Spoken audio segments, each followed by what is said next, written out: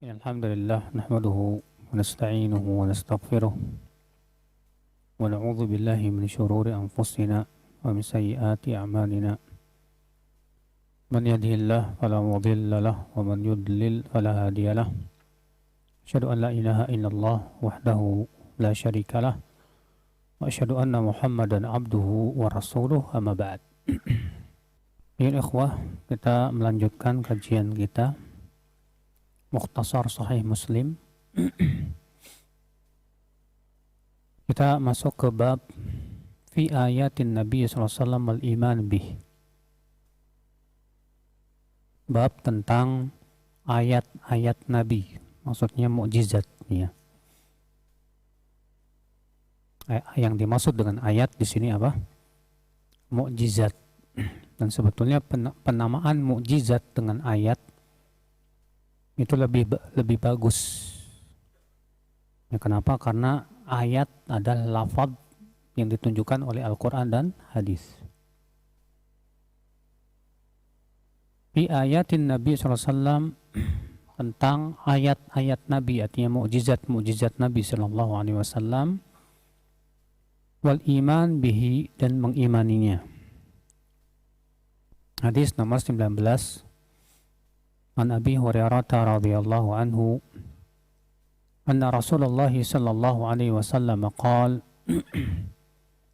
ma minal anbiya'i min nabiyyin illa qad u'tiya minal ayati ma mithluhu amana alaihi al-bashar wa innama kana alladhi utitu wahyan awhallahu ilayya فأرجو أن أكون أكثرهم تابعا يوم القيامة. Dari Abu Hurairah, semoga Allah meridainya, bahwa Nabi Shallallahu Alaihi Wasallam ia bersabda, tidak ada seorang pun Nabi, tidak ada seorang pun apa? Nabi kecuali telah diberikan dari mukjizat yang membuat manusia beriman kepadanya. Ya, artinya mukjizat tersebut tidak bisa ditolak oleh akal manusia. Dan setiap orang yang melihatnya pasti akan yakin bahwa itu tidak mungkin perbuatan manusia. Itu pasti ya perbuatan dari pencipta alam semesta. Ma mithluhu amana alil bashar ay anna kulla nabiyyin u'tiya ayah aw akthar taj'alu man yushahiduha yu'minu binubuwatin nabi. Ya, artinya setiap nabi diberikan oleh Allah ayat atau mukjizat yang menjadikan orang yang melihatnya pasti beriman, harusnya. Iya. Oleh karena itulah Pak Fir'aun ketika melihat mukjizat Nabi Musa, sebetulnya Fir'aun yakin akan kebenaran Nabi Musa. Makanya Allah mengatakan apa? Wajahadu biha wastaiqanatha anfusuhum zulma wa uluwa.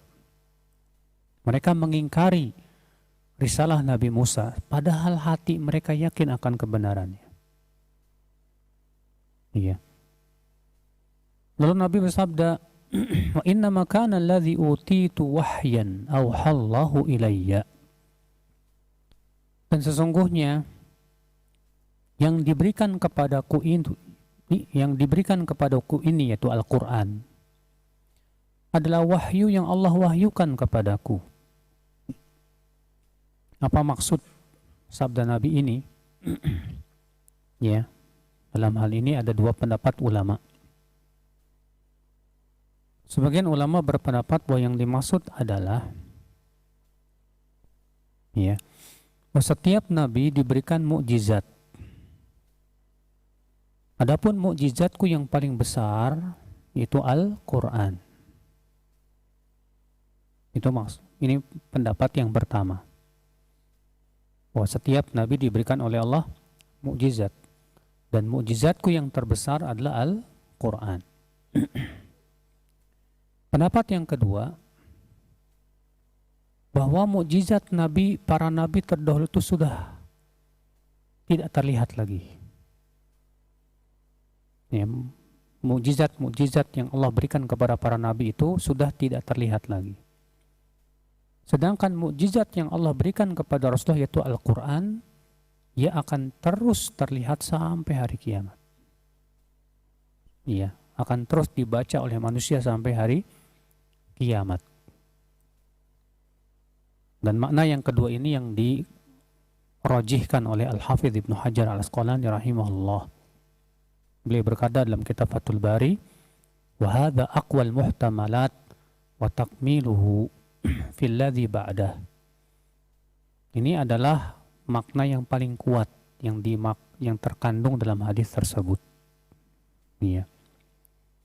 Karena Al-Quran memang mukjizat khalidah, Pak. Al-Quran itu mukjizat Nabi akan terus ada sampai hari kiamat. Baru nanti setelah Allah izinkan sebelum hari kiamat, Allah akan mengambil kembali, Al-Quran akan kembali kepada Allah Subhanahu wa Ta'ala, sehingga tidak lagi ada pada mushaf dan tidak ada lagi ada pada dada-dada manusia nanti sebelum hari kiamat terjadi. Ya.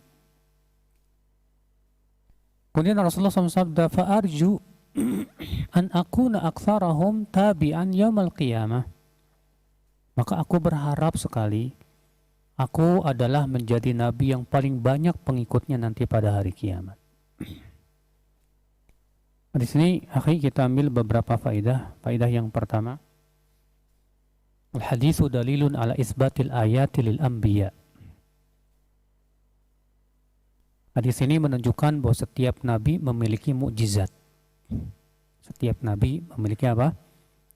Mukjizat, dan biasanya mukjizat para nabi itu disesuaikan dengan keadaan kaumnya, Pak. Di zaman Nabi Musa, ilmu sihir ya pada puncak keemasannya. Maka Allah berikan mukjizat dengan sesuatu yang seperti sihir tapi bukan sihir. Ya, di mana para penyihir mereka bisa menipu mata manusia, mereka lemparkan tali-tali itu jadi berubah jadi apa? Ular, terlihat ular padahal sebetulnya itu tipuan saja. Maka Allah Subhanahu wa Ta'ala berikan mukjizat kepada Nabi Musa, tongkat, Pak, yang Allah perintahkan Nabi Musa lemparkan dan berubah jadi ular beneran, bukan tipuan. Sehingga akhirnya ketika para penyihir melihat tongkat yang berubah jadi ular beneran, para penyihir itu langsung beriman seketika, Pak. Kenapa? Karena mereka yakin ini bukan perbuatan manusia, ini bukan tipuan, ini dari pencipta alam semesta. Iya. Saat itu langsung mereka bersujud kepada Allah dan mereka masuk Islam dan bertaubat kepada Allah. Nabi Isa alaihissalam ya, di zaman itu ilmu ketabiban luar biasa. Maka Allah berikan kepada Nabi Isa mukjizat yang mirip dengan itu, di mana dokter-dokter di zaman itu, para tabib, tidak ada yang bisa melakukannya. Demikian para nabi dan Rasulullah SAW di zaman beliau, orang-orang Arab ya berada pada zaman keemasannya dalam sastra Arab. Mereka bahkan setiap tahunnya mengadakan perlombaan syair-syair Arab. Maka Allah turunkan mukjizat terbesar yaitu Al-Quranul Karim. Ya, sampai-sampai para penyair Arab yang sangat fasih itu ketika mendengar Al-Quran, mereka yakin ini tidak mungkin ucapan manusia. Ya. Bahkan Abu Lahab, Abu Jahal sebetulnya yakin itu adalah bukan ucapan manusia. Apalagi mereka tahu Rasulullah SAW tidak bisa baca, tidak bisa bicara, tulis. Mereka yakin sebetulnya ini adalah ya wahyu dari Allah Azza wa Jalla. Tapi masalahnya ada kedengkian di hati mereka, Pak. Ya, mengikuti hawa nafsu. Nasallallahu salamata wal afiyah. Ini ya. Jadi setiap nabi diberikan oleh Allah apa? Mukjizat. Namun penamaan yang paling bagus bukan mukjizat. Yang penamaan yang paling bagus apa? Ayat. Kata Syekh Utsaimin rahimahullah, Wa mashtahara minal ulama bitasmiyatiha bil mu'jizat fa fihi qusurun. Wa dhalika li anna al mu'jizat yadkhulu fiha mu'jizatus saharah wa khawariqus syayatin.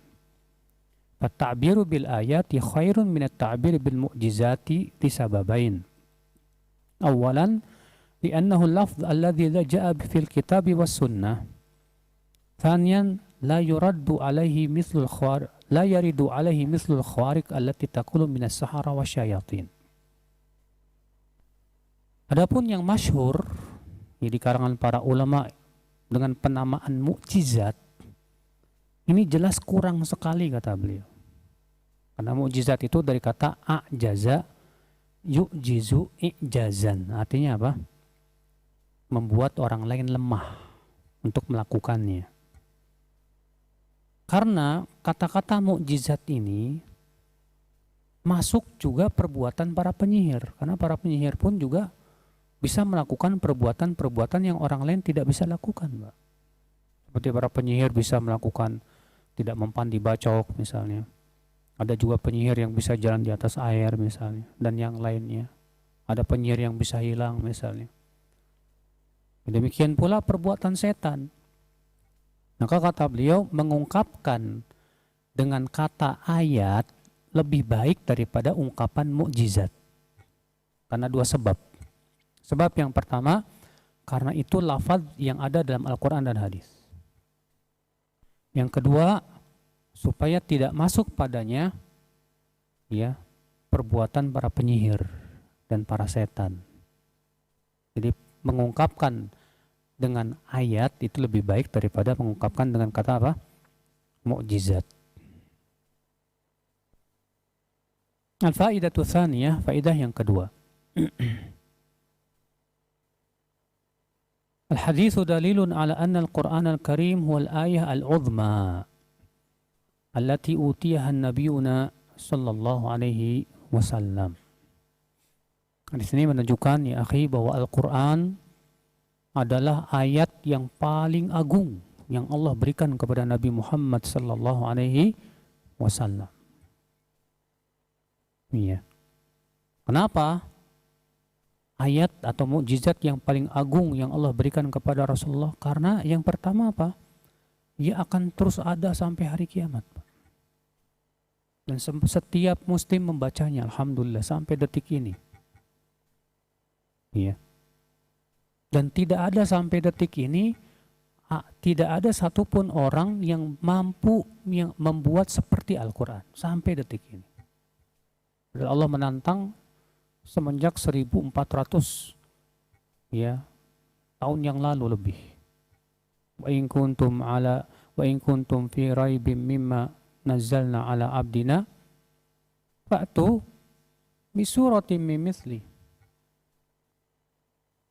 Jika kalian memang ragu terhadap apa yang kami turunkan kepada hamba kami ini, itu Al-Quran, silakan kamu datangkan yang sama dengannya, silakan. Ya. Wad'u syuhada'akum min dunillah, dan silakan kalian panggil ya para pujangga-pujangga itu, kumpulkan silakan. Buat yang sama dengan Al-Quran, sampai detik ini tidak ada. Makanya ketika mereka tidak mampu, Pak, untuk membuat yang sama dengan Al-Quran, mereka berusaha untuk merusak Al-Quran. Apa yang mereka rusak? Tafsirnya, maknanya, disimpangkan sesuai dengan hawa nafsu mereka. Nasallallahu salamata wal afiyah. Makanya setiap usaha ya untuk mengubah Al-Quran selalu ketahuan, alhamdulillah. Hatta satu harokat, walaupun cuma satu harokat ketahuan. Makanya lihat Pak, ya tidak ada dalam agama manapun yang mereka hafal kitab suci mereka. Sedangkan dalam umat Islam para penghafal Quran banyak tidak?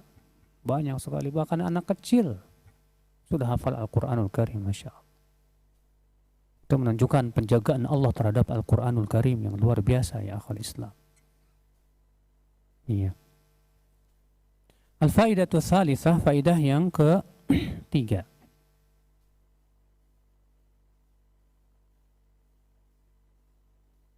Al-haditsu dalilun ala anna al-anbiya alaihimus salam yatafawatuna fi adadi atba'ihim.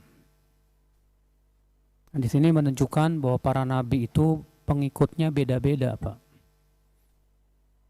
Ya, ada nabi yang pengikutnya banyak, ada nabi yang pengikutnya satu sama atau cuma 2 orang atau 3 orang saja. Bahkan ada nabi yang tidak memiliki pengikut. Sebenarnya dalam hadis yang sahih Bukhari dan Muslim, ya, Rasulullah SAW sabda, "Uridat alayyal umam." Diperlihatkan kepadaku umat-umat pada hari kiamat.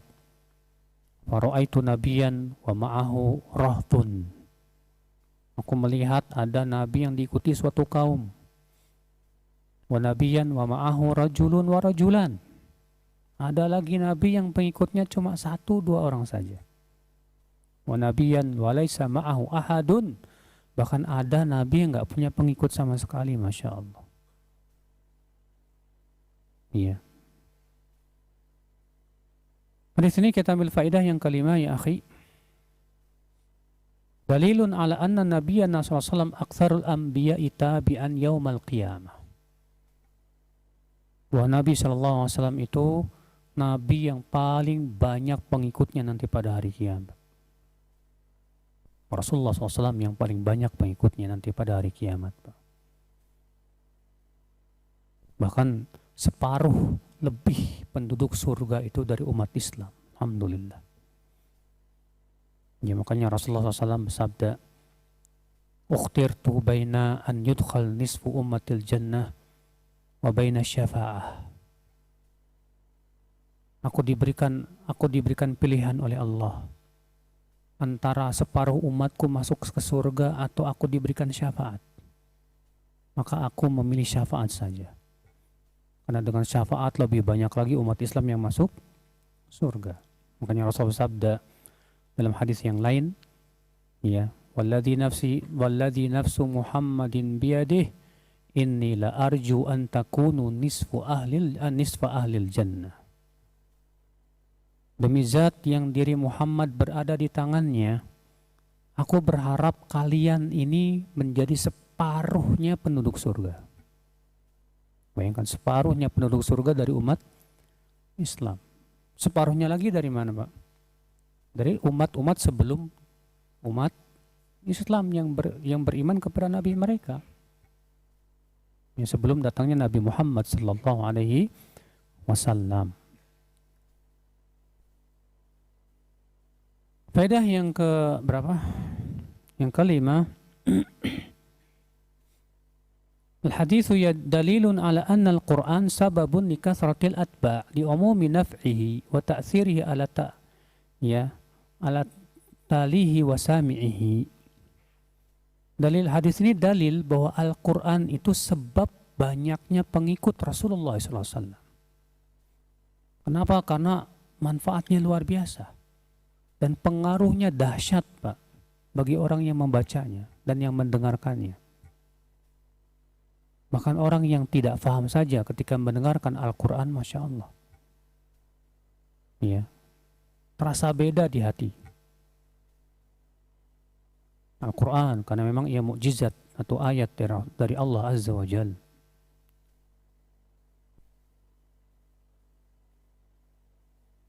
Kita masuk hadis berikutnya, ya ikhwah. Hadis ke-20, wa an Abi Hurairah radhiyallahu anhu an Rasulillah sallallahu alaihi wasallam annahu qala,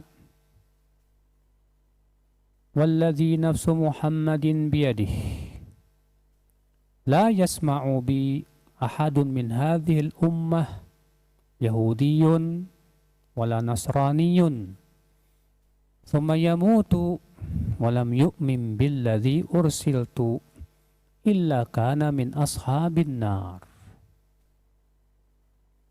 Dari Abu Hurairah, semoga Allah meridainya, dari Rasulullah sallallahu alaihi wasallam, beliau bersabda, "Demi zat Muhammad, demi zat yang diri Muhammad SAW berada di tangannya."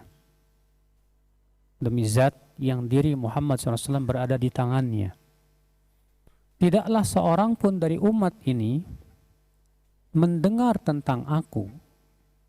Ya, apa yang dimaksud dengan mendengar di sini, Pak? Ya, kata para ulama di sini yang dimaksud yaitu mendengar ya dengan pemahaman yang benar. Bukan sebatas mendengar tapi tidak paham. Demi zat yang diri Muhammad SAW berada di tangannya, tidaklah seorang pun dari umat ini mendengar tentangku, baik ia Yahudi maupun Nasrani, kemudian ia meninggal dalam keadaan tidak beriman kepada risalah yang aku bawa, kecuali ia pasti termasuk penduduk api neraka. Kecuali ia pasti termasuk apa? Penduduk api neraka. Ikhwatul Islam, azani Allah wa iyyakum. Di sini ia bantahan terhadap kaum liberal ya. Di mana orang-orang liberal mereka punya keyakinan plural. Apa itu plural? Katanya semua agama sama. Yahudi, Nasrani, Islam sama saja. Semuanya masuk surga katanya. Lalu kemudian mereka mencabut dan mencari-cari dalil yang kira-kira pas sama pendapat mereka. Ternyata mereka bawakan surat Al-Baqarah ayat 62, Pak. Allah mengatakan innal ladzina amanu wal ladzina hadu wan nasara was-sabiina man amana billahi wal yaumil akhir wa amila salihan falahum ajruhum inda rabbihim wala khaufun alaihim wala hum yahzanun. Sesungguhnya orang yang beriman, Yahudi, Nasrani, Sabi'in, siapa saja di antara mereka yang beriman kepada Allah dan kehidupan akhirat dan beramal saleh, maka mereka mendapatkan pahalanya di sisi Allah yaitu berupa surga. Dan mereka kelak pada hari kiamat tidak merasa takut dan tidak bersedih hati. Apa kata orang liberal? Lihat, Allah menyebutkan itu. Sesungguhnya orang yang beriman, Yahudi, Nasrani, Sabi'in. Yang penting apa? Beriman kepada Allah dan kehidupan akhirat. Oh, Yahudi dan Nasrani juga beriman kepada Allah dan kehidupan akhirat, kata mereka. Wa amila sholihan, mereka juga beramal soleh. Pahalanya apa? Mereka dapat surga juga. Jadi ini menunjukkan semua agama sama. Kita katakan ayatnya benar, cuman pemahamannya nggak benar. Siapa ulama yang menafsirkan demikian? Tidak ada. Bahkan pemahaman ini bertabrakan dengan hadis yang sedang kita bahas. Nabi SAW bersabda, tidaklah seorang pun dari umat ini, umat yang dimaksud di sini umat apa? Semuanya, umat dakwah maupun umat apa? Ijabah, tapi yang dimaksud umat dakwah. Ya, tidak ada seorang pun ya dari umat ini yang mendengar tentang aku, kemudian ia tidak beriman kepada apa yang aku bawa berupa risalah, lalu ia meninggal, kecuali ia pasti masuk neraka. Di sini sahih, dikeluarkan oleh Muslim dalam sahihnya, Pak. Makanya orang liberal gak mau bawa hadis. Sebab kalau mereka bawa hadis, rontok penafsiran mereka, Pak. Hancur penafsiran mereka. Ikhwata Islam, azani Allah wa iyyakum. Baik, hadis ini akhi kita ambil faidah. Faidah yang pertama, dalilun ala naskhi jami'i risalat bi risalati Muhammadin sallallahu alaihi wasallam. Di sini dalil bahwa semua risalah sudah dihapus oleh risalah Nabi Muhammad sallallahu alaihi wasallam. Ya. Maka kewajiban setiap orang adalah beriman kepada Nabi Muhammad sallallahu alaihi wasallam. Maka Rasulullah SAW bersabda apa, Pak? Iya, "Lau kana Musa hayyan ma wasi'ahu illa tibai." Kalaulah Musa itu hidup, kalaulah Nabi Musa itu apa? Masih hidup, maka dia wajib menjadi pengikutku, kata Rasulullah SAW. Hanya Allah mengambil perjanjian dari semua nabi, Pak, bahwa kalau mereka masih hidup lalu Rasulullah datang, mereka wajib menjadi pengikut Rasulullah SAW. Itu dalam surat Ali Imran, Allah berfirman, wa id akhadallahu mitsaqan, ya, mitsaqan nabiyyina lama ataitukum min kitabi wa hikmah thumma ja'akum rasulun musaddiqun lima ma'akum latu'minunna bihi wa latansurunna. Dan ingatlah ketika Allah mengambil perjanjian dari para nabi, ya, lama ataitukum min kitabi wa hikmah, apabila aku berikan kepada kalian Alkitab dan hikmah, thumma ja'akum rasulun, kemudian datang seorang rasul yang membenarkan apa yang ada pada kalian, itu maksudnya Rasulullah SAW, latu'minunna bihi wa latansurunna, maka wajib kalian beriman kepada Nabi Muhammad SAW dan membela Rasulullah SAW. Maka dari itu, ya, orang-orang yang beriman kepada Nabi Musa, Nabi Isa, tapi tidak beriman kepada Nabi Muhammad SAW, ya, ketika Rasulullah telah ada, maka percuma. Apalagi Nabi Musa sudah mengabarkan akan datangnya Nabi terakhir dalam Taurat. Ya, dalam Injil pun juga diberitakan tentang akan datangnya Nabi apa? Yang terakhir, Nabi Muhammad SAW. Faedah selanjutnya, ya akhi,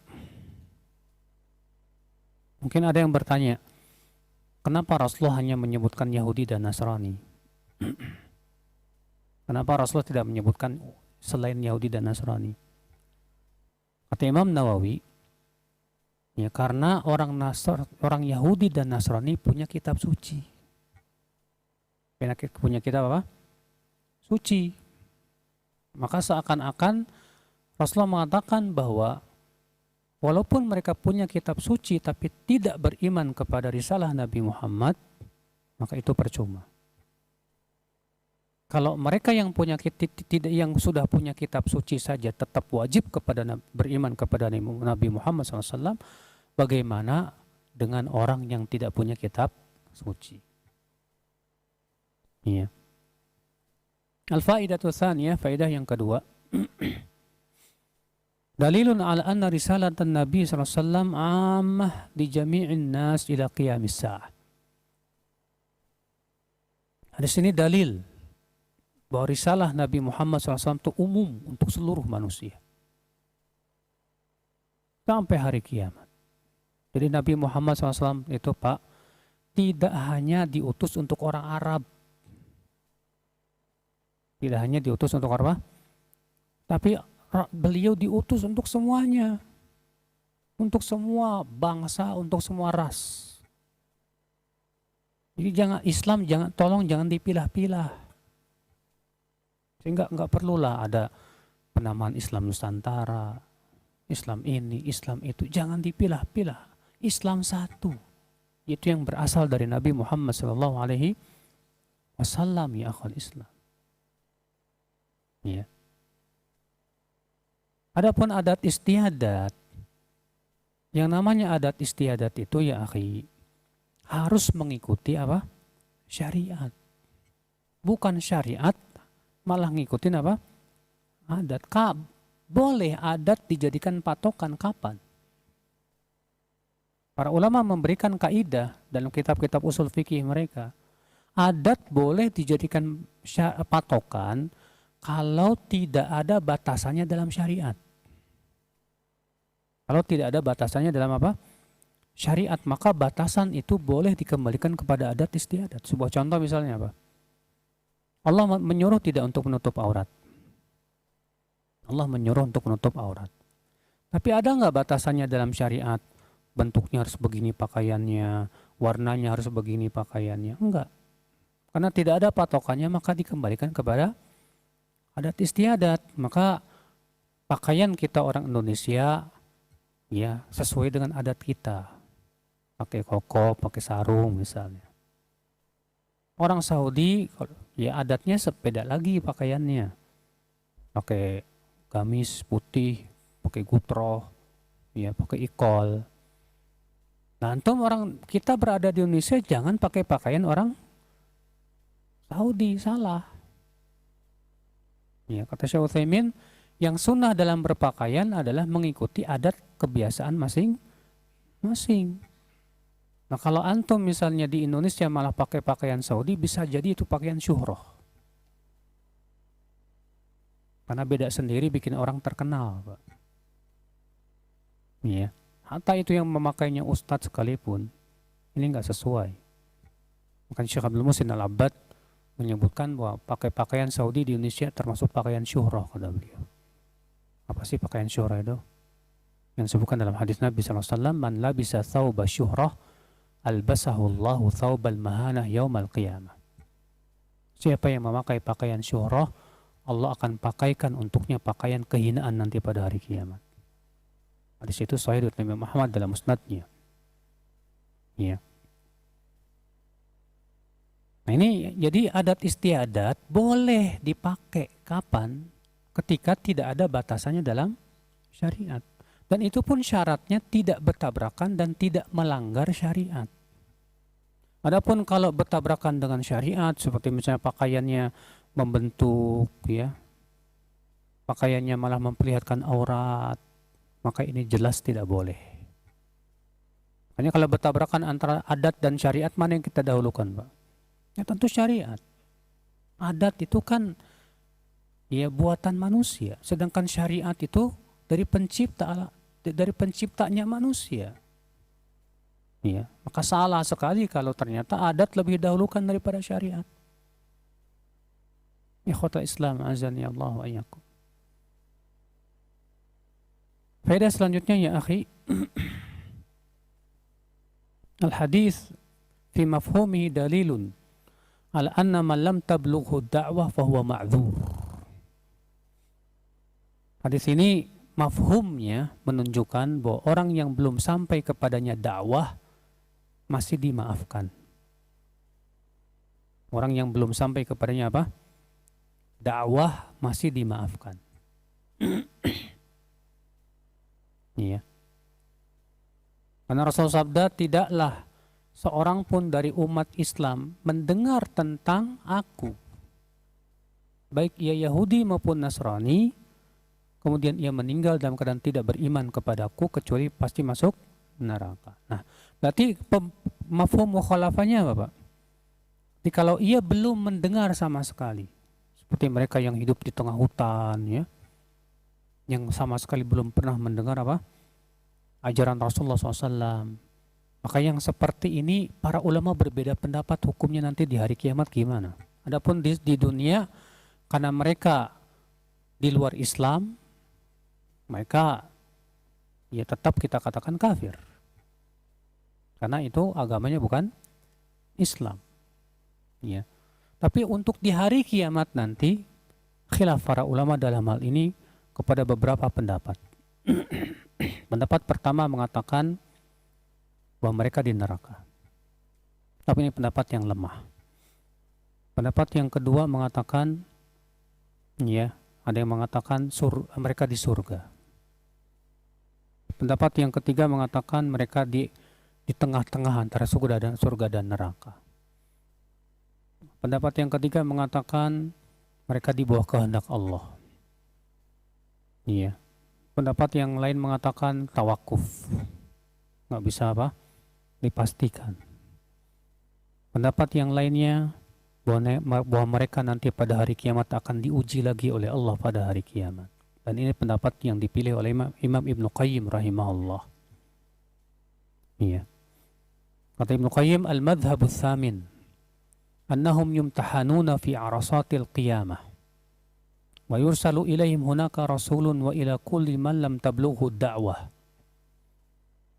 Pendapat yang ke-8, ya, sampai 8 pendapat, bayangkan, bahwasanya mereka nanti pada hari kiamat akan diuji pada hari kiamat nanti di padang mahsyar, dan akan dikirim kepada seorang malaikat dan akan menguji mereka, dan semua yang belum sampai kepadanya dakwah para nabi pun akan diuji. Faman ata'ar rasul dakhalal jannah, dan siapa yang menaati ya utusan Allah tersebut, dia akan masuk surga. Dan siapa yang memaksiatinya, dia akan masuk neraka. Nah, ini sesuai dengan hadis dalam hadis riwayat Abu Daud ya, yang dihasankan oleh Syekh Albani rahimahullah. Wa Rasulullah SAW sabda, arba'atun yudli bihujjatihi yaumal qiyamah. Akan ada 4 orang yang akan mengemukakan alasannya nanti pada hari kiamat, Pak. Siapa 4 orang itu? Yang pertama, ya, orang yang tua renta dan pikun. Yang kedua, orang yang tidak bisa melihat dan mendengar. Yang ketiga, orang yang gila. Dan yang keempat, orang yang belum sampai kepadanya dakwah Rasul. Maka kelak pada hari kiamat mereka akan mengemukakan alasannya di hadapan Allah. Berkata orang tua, ya Rabb ja'al Islam falam afham syai'a. Ya Rabb, Islam datang kepadaku sementara saat itu aku pikun, aku nggak paham apa-apa. Orang yang bisu dan tuli, orang yang buta dan tuli berkata, ya Rabb ja'al Islam. Islam datang kepadaku sementara aku tidak bisa melihat, tidak bisa mendengar. Orang gila berkata apa? Ya Rabb ja'al Islam wasibyan yakzifunani bil ba'r. Orang idiot maksudnya ya. Orang idiot berkata, ya Allah, Islam datang kepadaku sementara anak-anak saja melempari aku dengan tai unta. Ya, yang keempat berkata, ya Rabb lam ya'tini rasuluk. Ya Rabb, belum datang kepadaku Rasulmu. Apa yang terjadi kata Rasulullah SAW? Maka Allah uji mereka. Maka Allah perintahkan seorang malaikat untuk menyalakan api. Dan diperintahkan mereka untuk masuk ke dalamnya. Siapa yang taat dia masuk surga, dan siapa yang tidak taat dia akan diseret ke dalam api neraka. Iya. Nah, ini akal Islam, azani Allah wa iyyakum.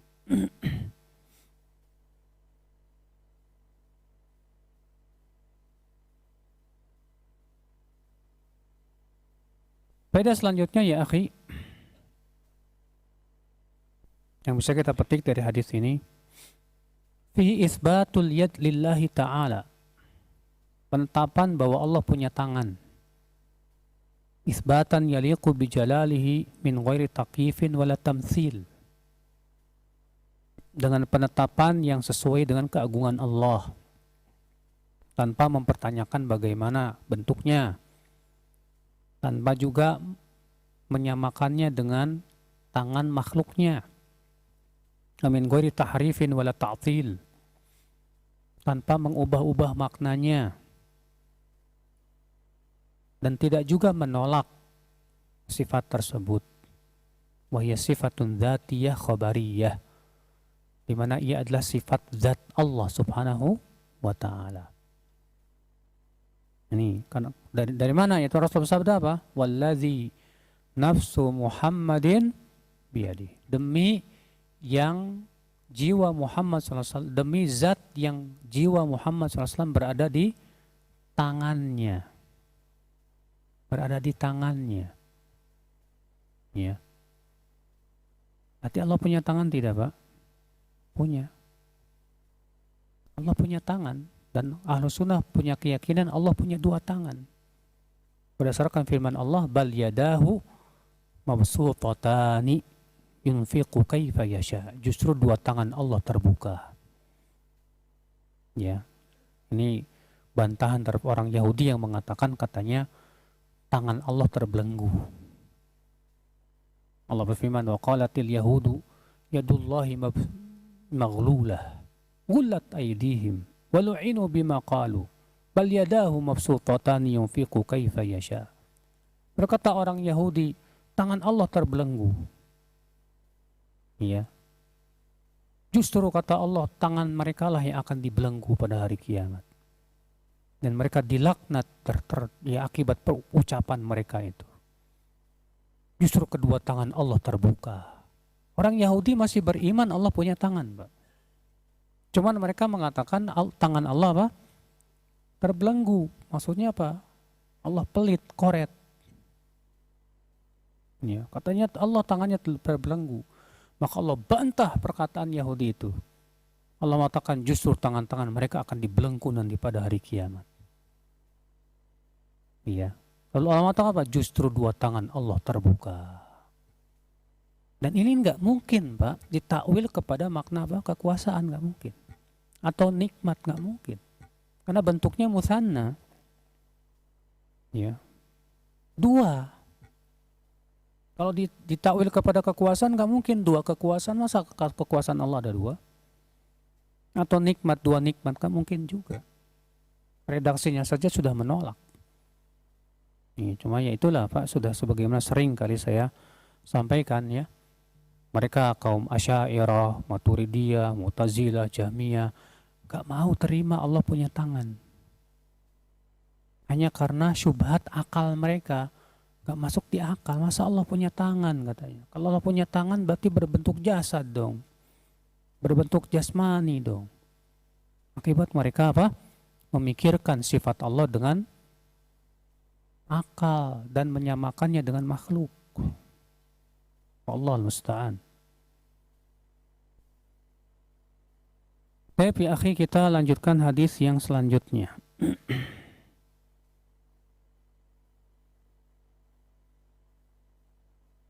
An Salih bin Salih al-Hamdani an Sya'bi, dari Salih bin Salih al-Hamdani dari Asy-Sya'bi. Asy-Sya'bi itu namanya Amir bin Syurahil. Ini seorang ulama hadis yang ternama di zaman tabi'in, di mana beliau orang yang pertama kali memeriksa sanad di Irak. Imam Asy-Sya'bi ini. Qala ra'aitu rajulan min ahli Khurasan. Sa'ala Asy-Sya'bi. Salih bin Salih al-Hamdani berkata, aku melihat seorang laki-laki dari Khurasan bertanya kepada Imam Asy-Sya'bi. Faqala ya Aba Amr, inna man qablana min ahli min qibalana, ya, inna min qibalina min ahli Khurasan yaquluna fi rajul idza a'taqa amatahu thumma tazawwajaha fahuwa karraqib badanatah. Hai Abu Amr, sesungguhnya orang-orang Khurasan dari tempat kami,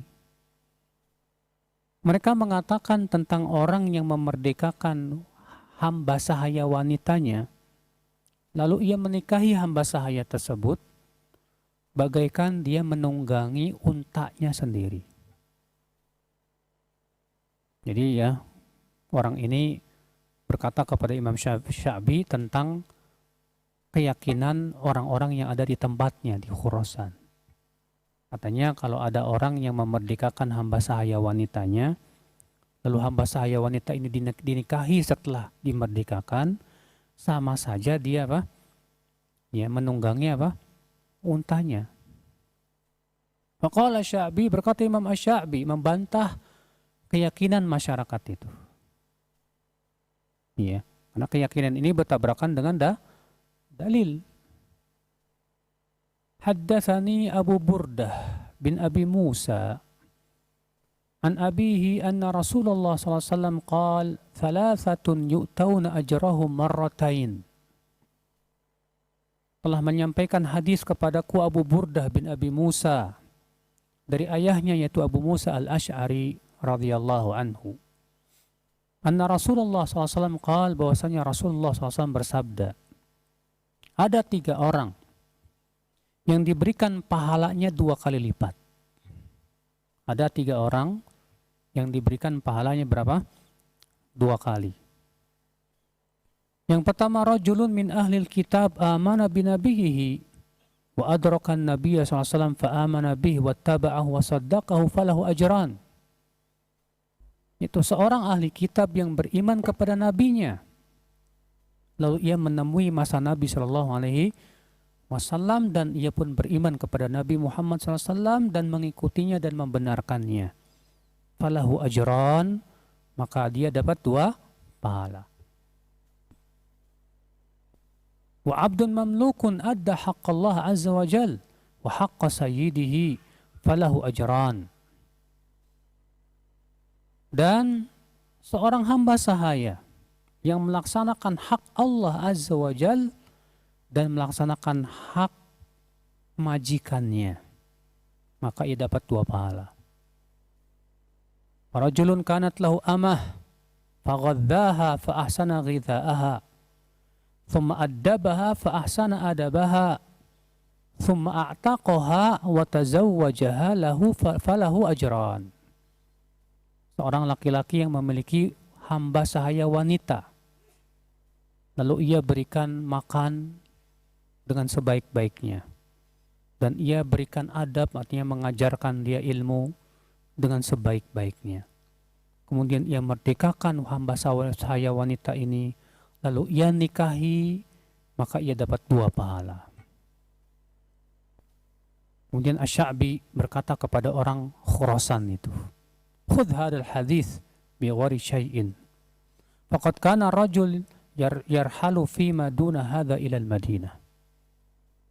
Silakan kamu ambil hadis ini tanpa harus kamu beri upah saya. Ya, karena seseorang melakukan perjalanan jauh, ya, dengan jarak yang lebih dekat dari kota Madinah atau lebih jauh ke kota Madinah. Ya. Maksudnya Imam Syafi'i membawakan hadis ini untuk apa, Pak? Untuk membantah keyakinan tadi. Karena kan orang itu mengadu kepada Imam Asy-Sya'bi bahwa di tempat kami ada punya keyakinan bahwa kalau ada orang yang memerdekakan hamba sahaya wanitanya lalu dinikahi, sama saja dia menunggangi apa? Untanya. Maka Imam Asy-Sya'bi membantah dengan hadis ini. Kan jelas sekali, Pak, semua keyakinan masyarakat yang nggak sesuai dengan dalil nggak boleh diikuti. Berapa banyak di masyarakat kita keyakinan-keyakinan dari nenek moyang dan ternyata nggak sesuai dengan apa? Syariat Allah Azza wa Jalla. Apalagi kalau ternyata keyakinan itu jelas-jelas kesyirikan, ya akhwal Islam. Ya, Allah musta'an. Cuma masalahnya, Pak, ya para pecinta adat istiadat, ya, akan berusaha membela, akan pasti membela, Pak. Makanya dia di zaman Rasulullah SAW, orang-orang musyrikin Quraisy menolak dakwahnya Rasulullah SAW hanya karena untuk membela apa? Adat nenek moyangnya. Nasallallahu salamata wal afiyah. Karena sudah adzan, kita tutup. Kita lanjutkan pada pertemuan yang akan datang. Wabillahi taufik. Assalamualaikum warahmatullahi wabarakatuh.